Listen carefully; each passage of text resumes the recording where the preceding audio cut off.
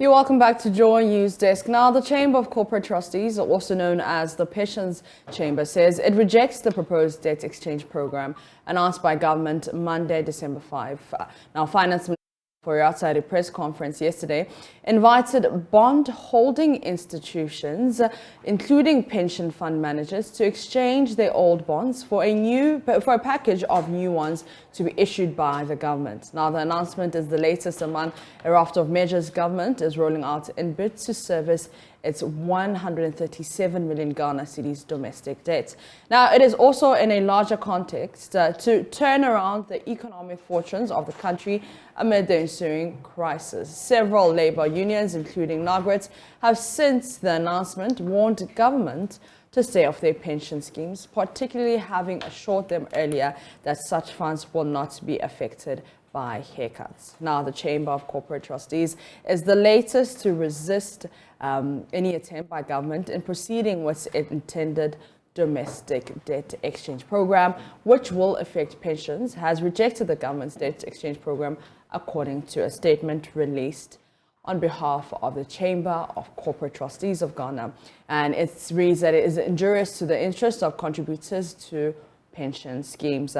Joining me for some of their concerns and stance on the development is Executive Secretary, Chamber of Corporate Trustees of Ghana, Thomas Kwesi Eso. And we know that yesterday on PM Express, John Kumar was on there and he said we shouldn't worry about that. Thank you so much for your time. Thank you very much, and good morning to your viewers. Good morning to your viewers and to us. I hope you're well. Doing very well, thank you. The Lord is in control. The Lord is certainly in control. You know that the battle is the Lord's, right? It is the Lord's. Yeah. Sometimes human beings also have to take a portion of the battle. That is true, and you are currently also in some sort of a battle.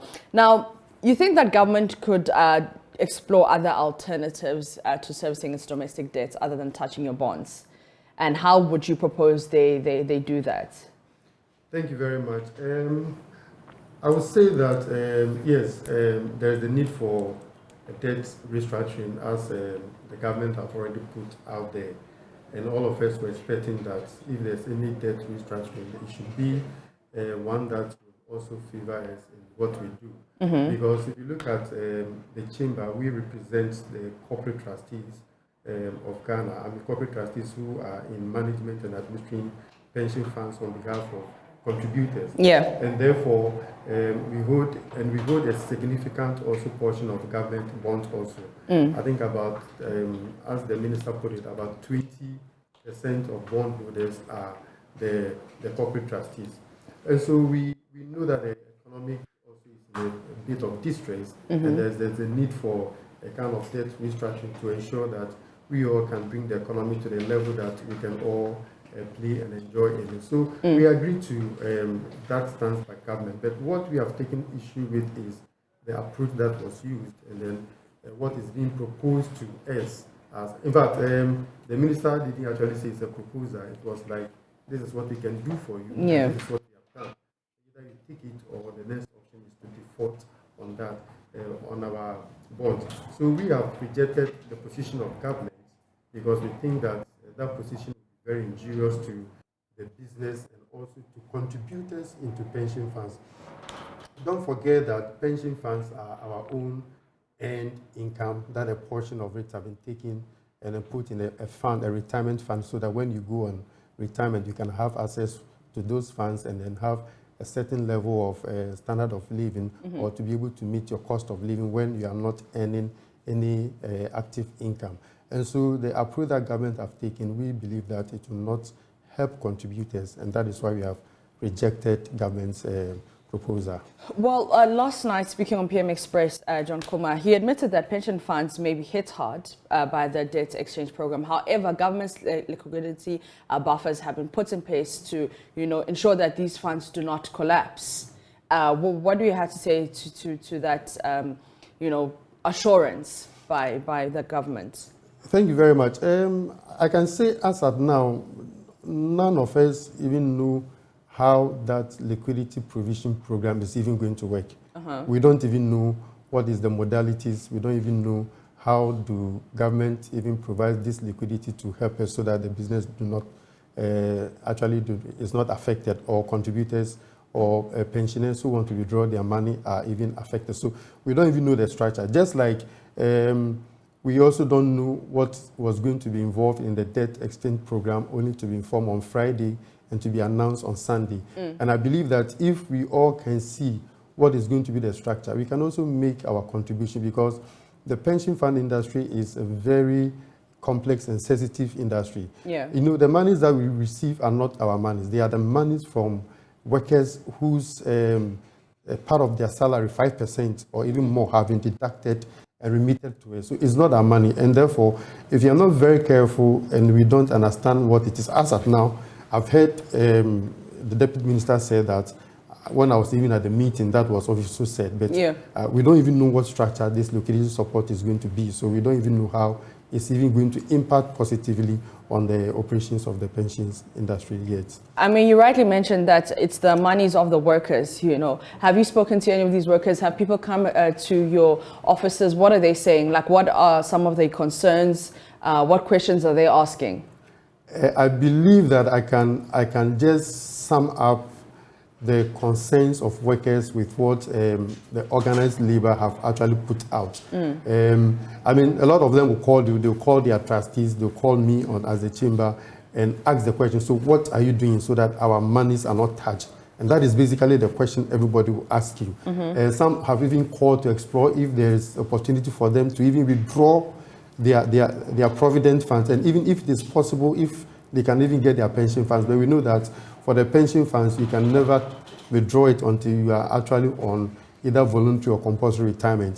So that questions have been coming, have been filing to us severally, to our the staff or the corporate trustees. And so let me just sum up and say that the concerns are actually what have been expressed by some of the labor unions, like the health workers, the Ghana Education, the JUSAC. These are the concerns actually, and everybody asking them. I'm sure even you are even asking the question, what happens to you? So what answer would you give me? So what are you doing to save my pensions? So that is why we are trying to actually put forward our position on this debt exchange program to government. And even though we know government have put up a posture to mean that you accept what we've given to you or we default on it, we don't think that government will go to the extent of defaulting. I must be honest with you, we don't think that government will go to that extent of defaulting. And we actually want to have a further discussion with government to actually have a win-win situation. We understand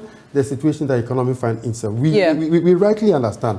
But we also understand what that impact, what that debt exchange program going to affect contributors' money. We also understand that. And therefore, we believe government must engage us more for us to understand the complexities of both sides, and then we'll see what middle ground can work for the two of us. And we believe that that is what government should do. So I want you to clear it up for me and explain it to me. What exactly is your position?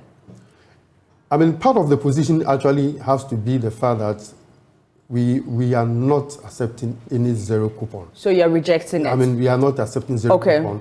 And we are also not accepting the 5% or the 10%. I mean, that needs to be renegotiated, because let me tell you, for about three quarters now, the industry, I mean, everybody who is investing have been experiencing negative real returns, because inflation have actually stagnated to the,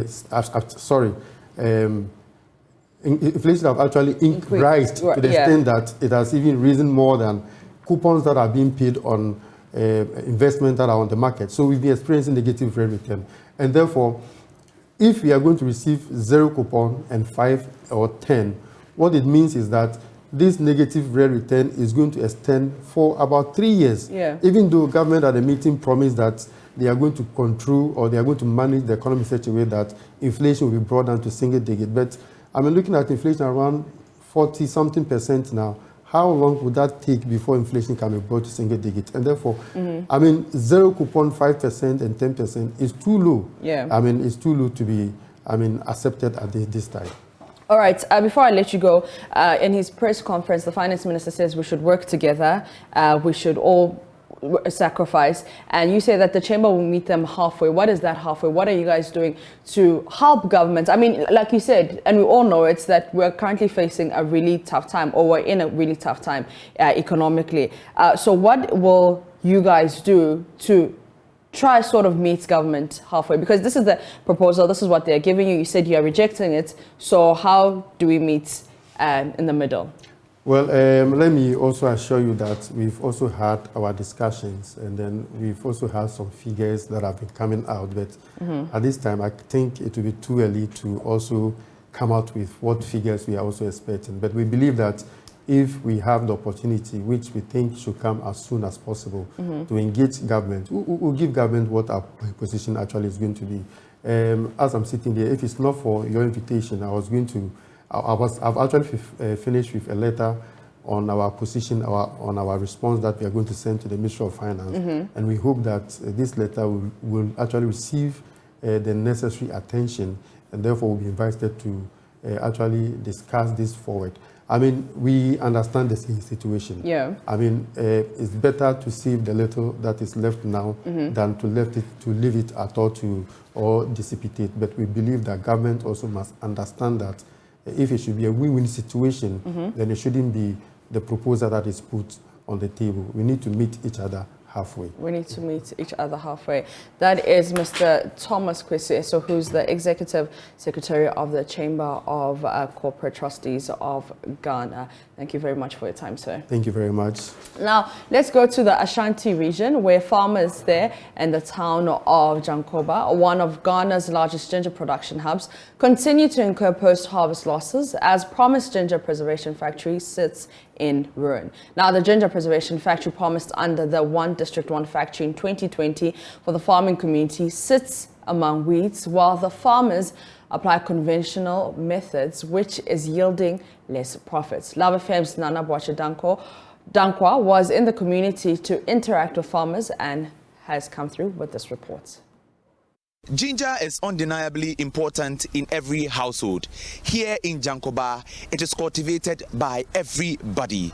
In its production to sale, there are challenges. We are here to interact with farmers on the numerous challenges they are facing in the cultivation of ginger. Jankoba, a community in the Achimangwa district, has a farmer population of about 29,000, representing 52% females and 48 males. The community is regarded as the largest production hub of ginger, with production estimated at 260 metric tons yearly. In 2020, government commissioned a ginger factory under its 1D1F initiative for farmers here to preserve the chunk of ginger produced. The factory now sits abandoned and covered in weeds.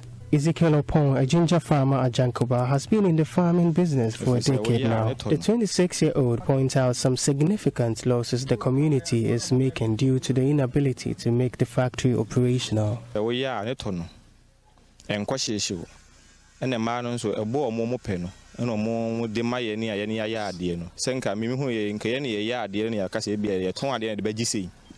And I'm saying factory be any hona, you could to bread man and a motoku massacre, a booby on Pibia and a modemay. Then so a cow. Oh, you over Dobby Funtam, the Bepam, the Babashakura Mono, and a cry as him. And so, and so, Ubi, overturn 4 million, every time I beton be 2 million. I won't be factory now. Don't bet me a young Cabeboy, Yanni Quiafo, Nanka, Tophon, so a boy. Farmers in the community says lack of a factory to help preserve the ginger is hampering production and their financial gains. Kofi Asare, who has been into the supply of ginger, is worried. So I couldn't hear 100 CDs here, or Bob was 80 CDs, Memo 70 CDs. And I'm so much here the Kenti. Now this I couldn't a day. I just born and he yesterday by said the Oyama no baby only being so my day. I could do. The government to factor a fixed price just like he has done with cocoa farmers. Say, maybe I could do bag could be a yanton 5 million, 500 cities. District Chief Executive Officer Michael Amoa says government is aware of the plight of these farmers. He attributes the delay in reopening the factory for use to the current economic challenges. He pleads with government to institute a fixed price policy for farmers and consumers. The factory is in place. You may have visited the place and seen for yourself. What is left is power. The equipment, everything have been procured. What is left is the hooking the facility to the national grid, and that is what has been awarded on contract. So just last week, the contractors were here to take the measurement and everything. So hopefully, by the next time that you visit, the extension of the power to the facility would have been started.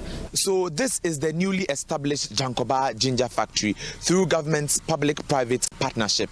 The district chief executive officer says it is at the state of electrification. Now the factory in no time will start its operation for ginger processing. Reporting for Joy News, Nana Boache Dankwa Yadom. Food and Agriculture Minister Dr. Owusu Afriyie-Koto has charged Ghana's district directors of agriculture to be proactive and work to halt the smuggling of foodstuff and other farm products into neighboring countries. He said food produced in the country is highly subsidized and must not be smuggled. Dr. Owusu Afriyie-Koto gave the advice while touring parts of the Upper West region, and JoyNews Upper West regional correspondent Rafiq Salam reports. The Upper West Region hawk headlines for the wrong reasons. The last time Food and Agriculture Minister Dr. Owusu Afriyie-Koto came to town for a meeting with stakeholders. Fertilizer smuggling was at his zenith, and he was visibly angered and described the region as the fertilizer smuggling capital of Ghana. So it's a very serious problem, and for some reason I've always had a problem with this region. It started with fertilizer smuggling, and that I used to call this region the fertilizer smuggling capital of Ghana, and it's true. 2 years after the tour, it appears the smuggling of the subsidized fertilizer has simmered down, creating another opening which Dr. Afriyie-Koto sees as a bigger sin against the Ghanaian taxpayer. And now, with the withdrawal of the subsidy or the reduction of the subsidy substantially, they have now turned their attention to our products, which is even more dangerous. So please, let's take this very, very seriously. Few days ago, at the 38th Upper West Region celebration of the National Farmers Day, Interior Minister Ambrose Derry expressed worry of the same issue. However, the pendulum blame this time has largely swung from input dealers and extension officers. Appointed with the regional director of agriculture to say that I hear. You hear what?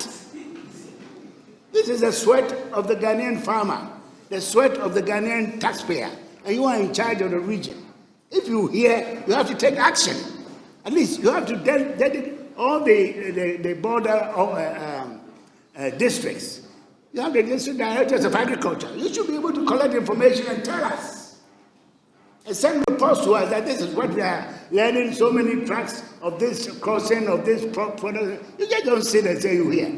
You hear what? Of course, we all hear, but that's not the point. The point is that we are managers of the agricultural economy of this country, and we have to be proactive on that. So I'm appealing to you about the head of your regional director of agriculture, those district directors who are on the borders. Please open your eyes, not only your ears. Dr. Afriyie-Koto poured encomiums and laudations on the Upper West region for embracing the Planting for Food and Jobs program, singling out the Wa East and Sisala West districts and the Sisala East municipality for praise. And in fact, Upper West has always been the leader when it comes to the beneficiaries of Planting for Food and Jobs. Right from the beginning, 2017. Right from the beginning, 2017, they took the lead. If you look at the number of farmers in this region, the percentage which actually instantly came onto the program in 2017 and went up all the way to more than 1/3 farmers, beneficiaries, it's very, very impressive. Maize and the others, it really amazes me how they are actually leading in terms of, you look at the technology, the adoption, the high yields, and so on, and the agronomy, the way they do their farming is exemplary.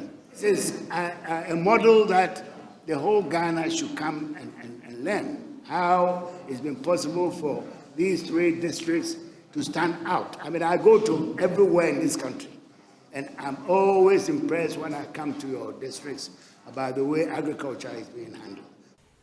The participants were given opportunity to ask questions bothering their minds, which range from the high cost of farm equipment, delay in reimbursing companies of monies under the fertilizer subsidy program, and the high cost of fertilizer.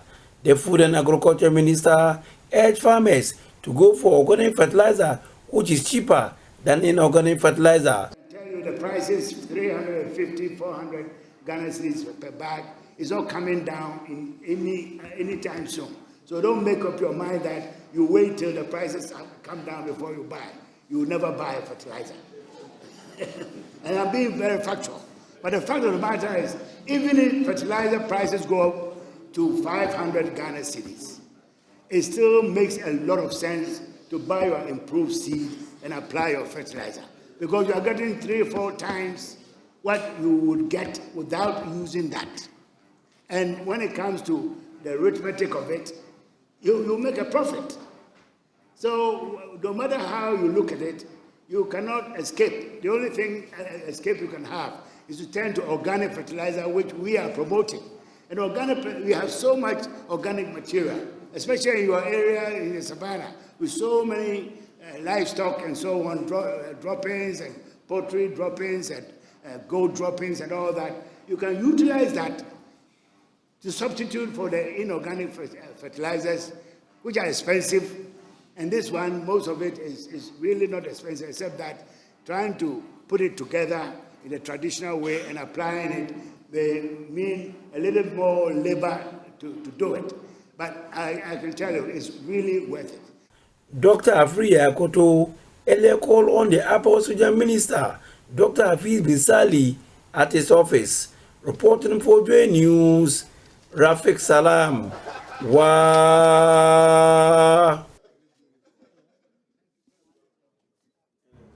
The Asante-Hene Otumfuo II is unhappy about the country's overdependence on imported goods, including staples, to feed the Ghanaian citizenry at expense of the vast plantations available for local food production.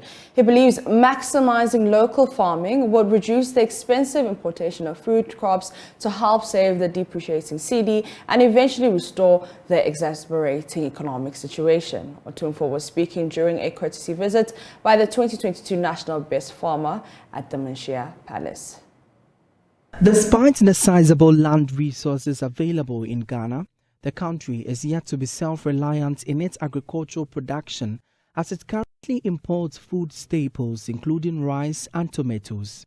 The Asante-Hene bemoans the country's inability to produce some essential crops locally as the youth hunt for white-collar jobs other than pursuing agriculture to boost the economy. Tomato, you come with neighbor. Ya cram on neighbor. The sacram on neighbor. Ya cram nuani ebedi efrabon. Yanso esi ahocha basike. Dollar kroya ya kan ya de kra nyina nso. Koko ni gold yi na ekọ de aba na se ebro so ade na de beye. Ghana imports rice, tomatoes and other food items, but we complain of hardship. The money used for importation contributes to the depreciation cedi. If we grow these crops locally, we can improve the economy. The youth nowadays prefer staying at the offices than being on the farm. And then so Obia we school person office. Now I'm directed by. I'm directed by. I don't know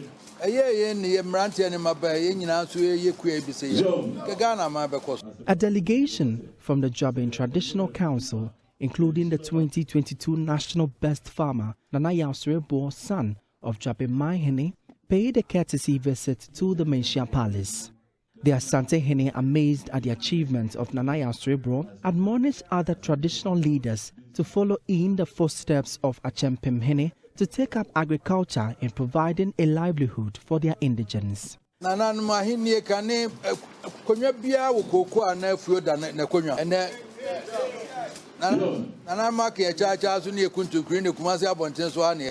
stool has a land allocated to it, but the chiefs prefer to stay in the cities than to farm on these lands. We should emulate this to build our country.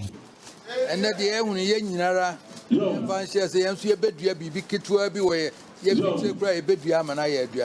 Sapon Sribo was adjudged the best national farmer at the 38th Farmers' Day celebration for his extensive production in both mixed crop and livestock farming.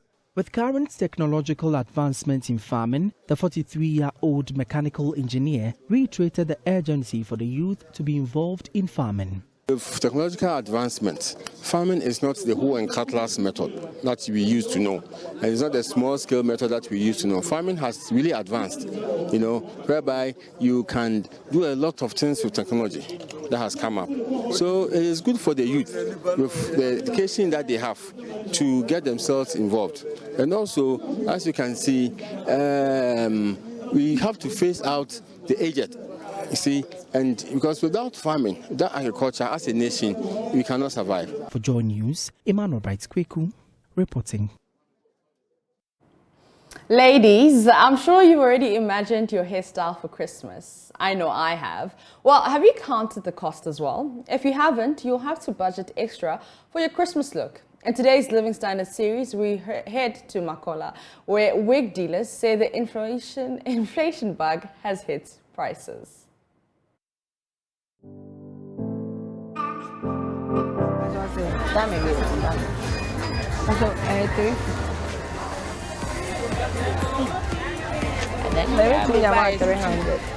When 850. Immunity a 1,005. Maybe at the brow 1,000. And Yama course so. And so much me the my over the 500 to me. It much me the 600 to me back also. At Makola, the Christmas buzz is gradually kicking in for the ladies. Many of them have thronged the wig shops to purchase their hair extensions to have a new look for Christmas. But I witnessed scenes of disappointment. The prices of wigs have gone up. Many entered the wig shops but came out empty-handed. Wigs were beyond their means. This lady had tried to beat down the price of a particular wig she really wanted, but she had to give up because she just couldn't afford it.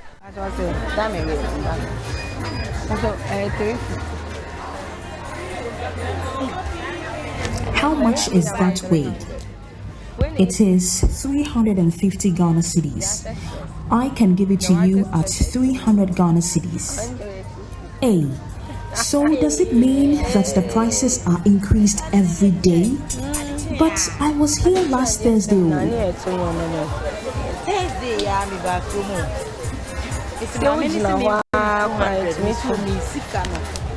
Beauty comes at a cost, and in times of economic crisis, sometimes it is not a priority for many. Well, I bumped into this other customer who had decided to buy a normal grade wig for braids. She had budgeted 22 cedis for a pack. She needs 3 packs. But when she got to the shop, the price had shot up to 32 cedis for one. Disappointed, she bought 2 and planned to come later for another pack. Almost 32 cedis.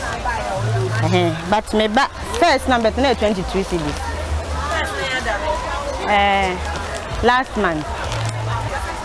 Made 22 in a buy. The price is now 32 Ghana cedis, but I budgeted 22 Ghana cedis. So I will buy 2 for now until I can save and buy the other later. Whatever they do, we are inside. Oh, 3 long.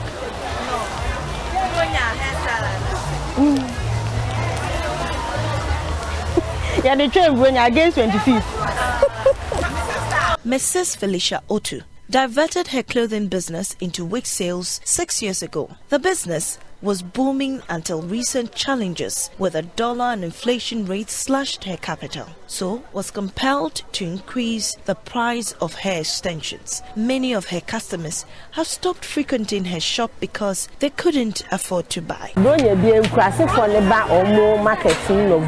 villagers always come to buy in November, and then the city ladies do their shopping in December. But this year, my village customers never showed up. I suspect the transport fares are too expensive. Many ladies have creative thoughts about how they want to style their hair for the Christmas festivities, but the hairdos do not fit their finances. Before you started reasonable, I said human hair is Chinese for the brain. Business has deteriorated. These days, the price increment is astronomical. The human hair can go up to as much as 500 cedis and 600 cedis. A mini be a 1,005. Maybe the brown 1,000. And Yama course from it. So much me the my almost the 500 to me. It much me the 600 to me back also. Felicia says those who cannot afford 1,000 cedis and above for the premium will have to settle for lower grade hair extensions. What they are all try. What to me to a bit to me to yours is ultra if you cannot afford. But someone bought 2 bundles for as much as 4,000 cedis. The longer it is, the higher the price. She bought about 32 inches. Or not 32 inches. Kinky. One bundle may a bed to say almost 400 cedis. Pokia, hair attendant, explains the various extensions and their prices. If the first we put 30 cedis now by this time around way back we 50 cedis. It's because of the dollar now air cost and our costs start problem. At first, you could get this for 30 Ghana cedis, but it is now 50 Ghana cedis. This is as a result of the dollar. This is human hair double drawn. It used to be 350 Ghana cedis, but now it is over 700 Ghana cedis. So these days, people prefer ultra and eyelashes. Oh, this time around, you see, we because of Nebuono. Send any Buona could do it, ultra, any easy braid. Salome traveled from Adesso in the eastern region to Accra for Christmas shopping. She planned on buying kinky hair for dreadlocks styled hair, but the price of the kinky hair is beyond her budget. I was coming to buy something else, so I decided to come here. So this Christmas, what kind of hairstyle are you doing? I'm doing dread. You're doing dread? Yes. So what kind of wigs are you coming to buy? It's just the dread one, the freedom dread, yes. How much did you budget for? I asked them, it was around 70, but when I came, they said 75, so I bought it like that. Felicia acknowledges that the economy is in a bad place, but she advises women who want to wear fashionable hairstyles for Christmas to raise the spending for their extensions. Will customers, however, forgo meals in favor of beauty?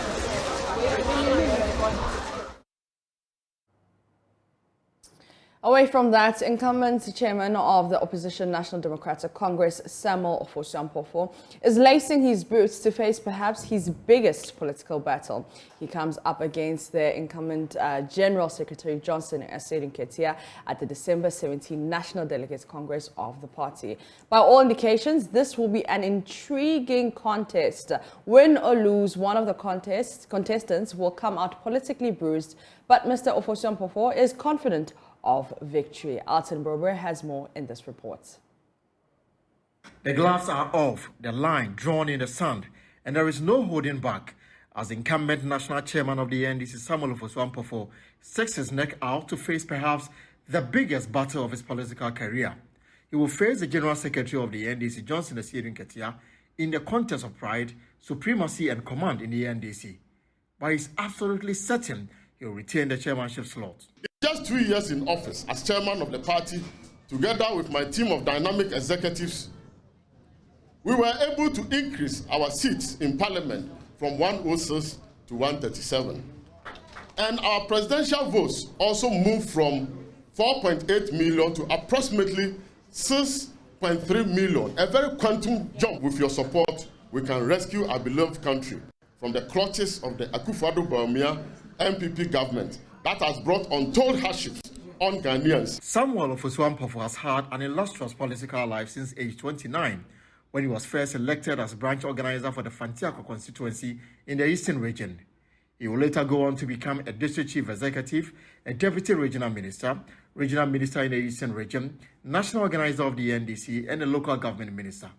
He says the experience gained over the years is unmatched and assured he will lead the NDC to win the 2024 general elections. I pledge to continue to build an all-inclusive party, united and focused under the guidance of our core values of freedom, transparency, solidarity, probity, and accountability. And if I tell you I'm a unifier, indeed I'm a unifier. But his reign as national chairman of the NDC has not been without criticism. The party's poor performance in the 2016 general elections, an allegation of non-collation of election results in the last elections, has been blamed on him. But Ofosu-Ampofo is rejecting the charge. We collated our results. It is very clear. We have every resource there. And in that case, if we did not collate results, the chief executive of the party is the general secretary. He runs the party day to day. All the departments of the party are under him. They report directly to him. So if he's coming to contest me, why do you single the chairman out and say the chairman should be held responsible? No, but I'm saying that people have their jobs cut out for them. I am not responsible for collation of election results.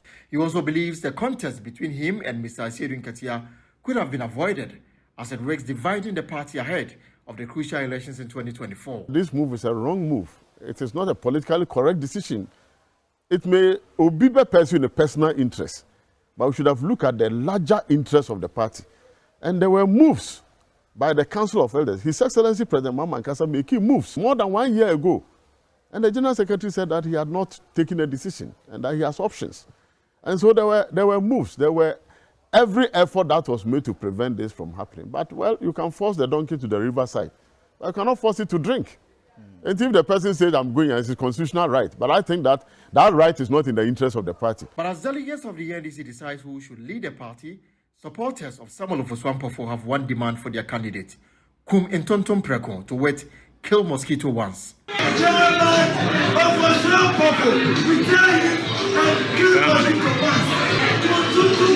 Victory will be for Ofosu-Ampofo come December 7th, and we are going to teach somebody. You're still watching JoyNews. Let's head to the Ashanti region, where scores of people whose SIM cards have been blocked continue to queue at the premises of various telcos in the capital city, Kumasi, to register their lines. I'm taking you live to my colleague, Erastus Asaridonko, for updates. Erastus, where are you and what can you report? Erastus, if you can hear me, where are you and what can you report from there?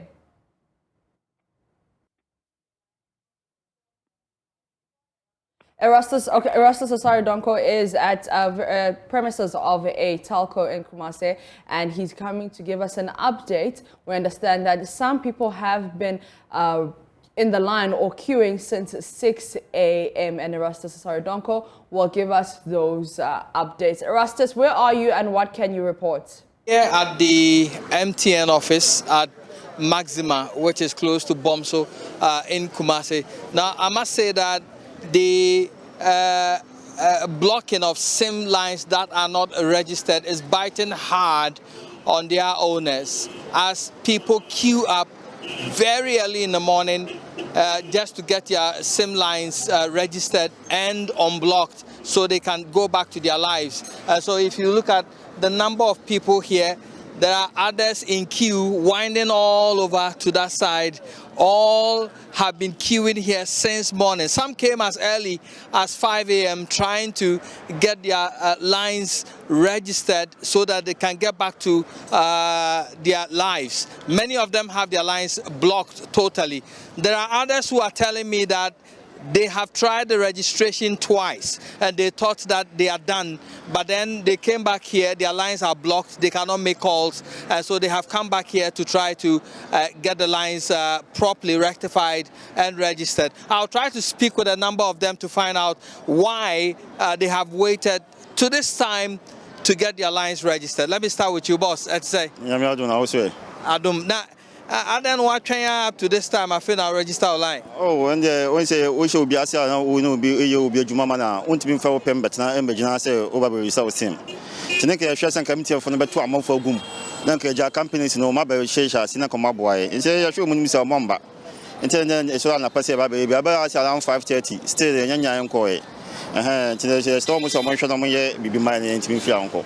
It's now the ocean coin say MTN for about one national Mabayama. Sinabia, you say, be a Sinamobile Gana Card Maya, or Mofia Modi, when it's be Biama, Monfort.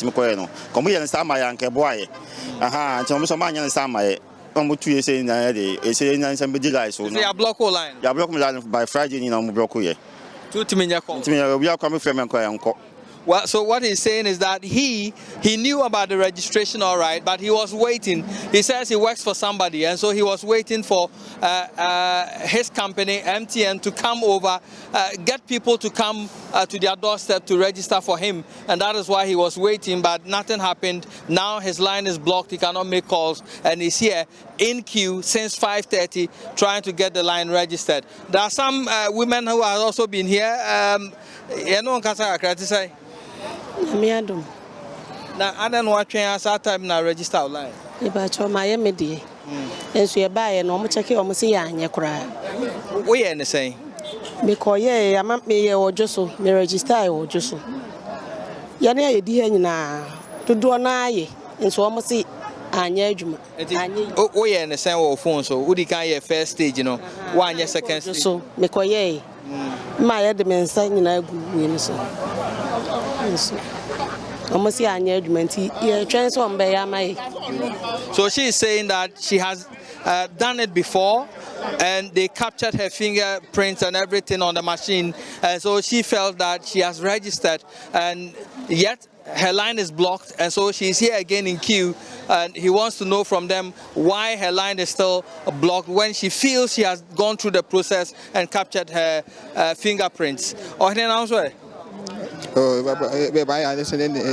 Mama, I between my say, Muso, and Jemaya say, movie, I want influence and Cobia. Well, the same problem. So, you have people in queue. Some of them have been here since 5 a.m.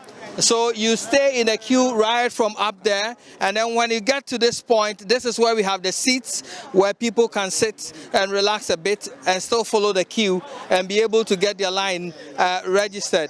Online, I register ma. Hey, Juma. Ya block no. Na wo twen there. Amaye na Auma cancel ni bi mti yense ma sheda. Odi kan ye. And no masa block no. Well, so she's saying that she has registered it before and it has been blocked.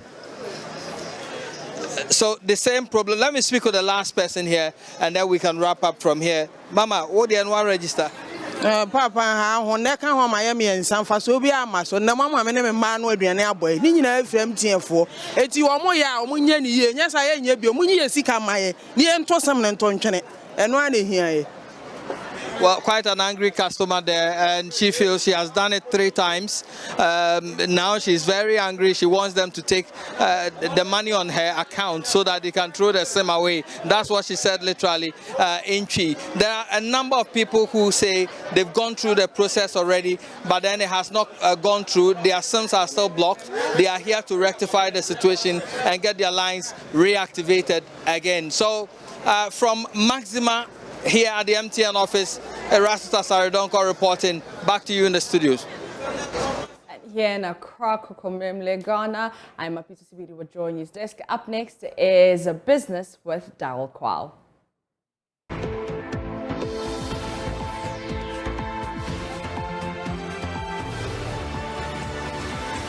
Welcome to business. My name is Daryl Kwal. Silver Star Auto Limited, a leader in automobile outdoored 2 new vehicles during the 38th National Farmers' Day celebration at Koforidua in the Eastern region.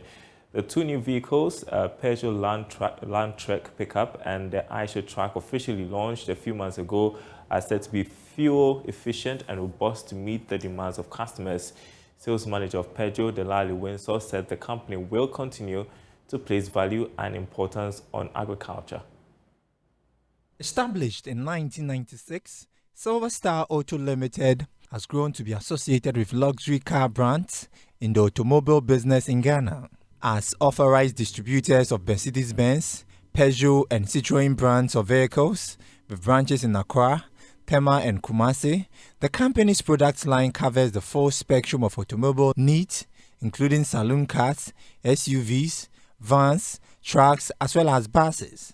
Speaking to Edwin Kofi Sion at the exhibition center in Koforidua, the sales manager of Peugeot, Delali Windsor, said the company places value and importance on agriculture, hence the introduction of the 2 new vehicles to support activities of farmers. Currently, we're assembling the Peugeot Landtrek in Ghana, and we have our assembly plant in Tema. And this initiative actually allows you to buy the Peugeot Landtrek and our 3008 SUV at 0 VAT. That means that you're saving the VAT component of the price, 0 VAT. And so this has really made the pickup and the 3008 very affordable. And another major reason why we are here is because we place a lot of value and importance on the agricultural sector, and we also understand and appreciate how much agriculture does for the economy of Ghana. So that's the major reason why we're here. You can see behind you the most fuel efficient pickup that we have on the Ghanaian market. That's the Peugeot Landtrek. It's 1.9 liters, turbo-driven, and it delivers a solid power of 150 horsepower. Silver Star Auto Limited deals in the sale of genuine vehicle spare parts and authorized distributor of power and other automobiles. The company also caters for all sales and servicing needs of customers and offers customers after-sales service support, including body and paint repair works. Right, and that's business. Sports is coming up next.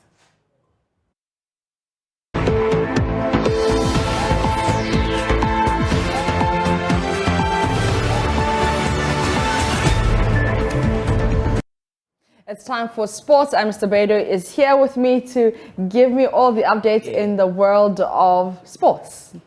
Maps. Yes. Good morning. Good morning. You know, yesterday Brazil were on some form against South Korea. Imagine Black Stars playing Brazil that played yesterday. I believe it could have been a different result if Ghana had qualified and then we faced Brazil. We weren't going to ship in the 4 goals because we have played with them in a friendly game and then we know how they play. How that went, yeah. However, as things stand, we have just 2 slots left for the quarterfinal stage. Argentina are through, France are through, England are through because England beat Senegal. And then yesterday we saw Brazil and then Croatia also advanced. So 2 more slots left. Portugal plays Switzerland today. Okay. In the other last 16 game. And then we could see Morocco and then Spain, another cracker that football fans would love to see. Because if you look at Morocco were the only African country to top a group stage. Yeah. So it tells you how interesting they play this campaign. We're looking forward to they probably causing an upset against the Spanish side. Haven't been too convincing after their first game, but then yeah, they have the qualities to upset any other team as well. So hopefully we can have an African representative go into the last 8 of the CS World Cup because all other 4 are gone home. Ghana, Senegal, Tunisia, and then I've forgotten the other one. I also forgot. Yeah. What was it? And then Cameroon, yes. Cameroon, So, right. yes, all these 4 are back home. Yeah. It's left with Morocco, and hopefully we will just rally our support behind them, and then they can cause an upset against Spain and advance to the next stage. But then so far so good. If you look at the teams that have played, I think France, Brazil, Argentina have been quite some favorites in there. Yeah. And hopefully I'm only praying for Brazil because the kind of football they play is quite scintillating and you would love watching them every time. Yeah. So yeah, this is the update from Qatar that we've got this morning. Okay, that's lovely. Thank you so much, Lawrence. So today it's what? Portugal versus Switzerland. Morocco. Morocco versus Spain. Morocco versus Spain. Okay. Who is your bet on? Obviously the African team. Even though that, like, actually I'll be back. That is how we end Joy News Desk. For more news, you can log on to myjoyonline.com. I am Mapitso Sebidi. So I was.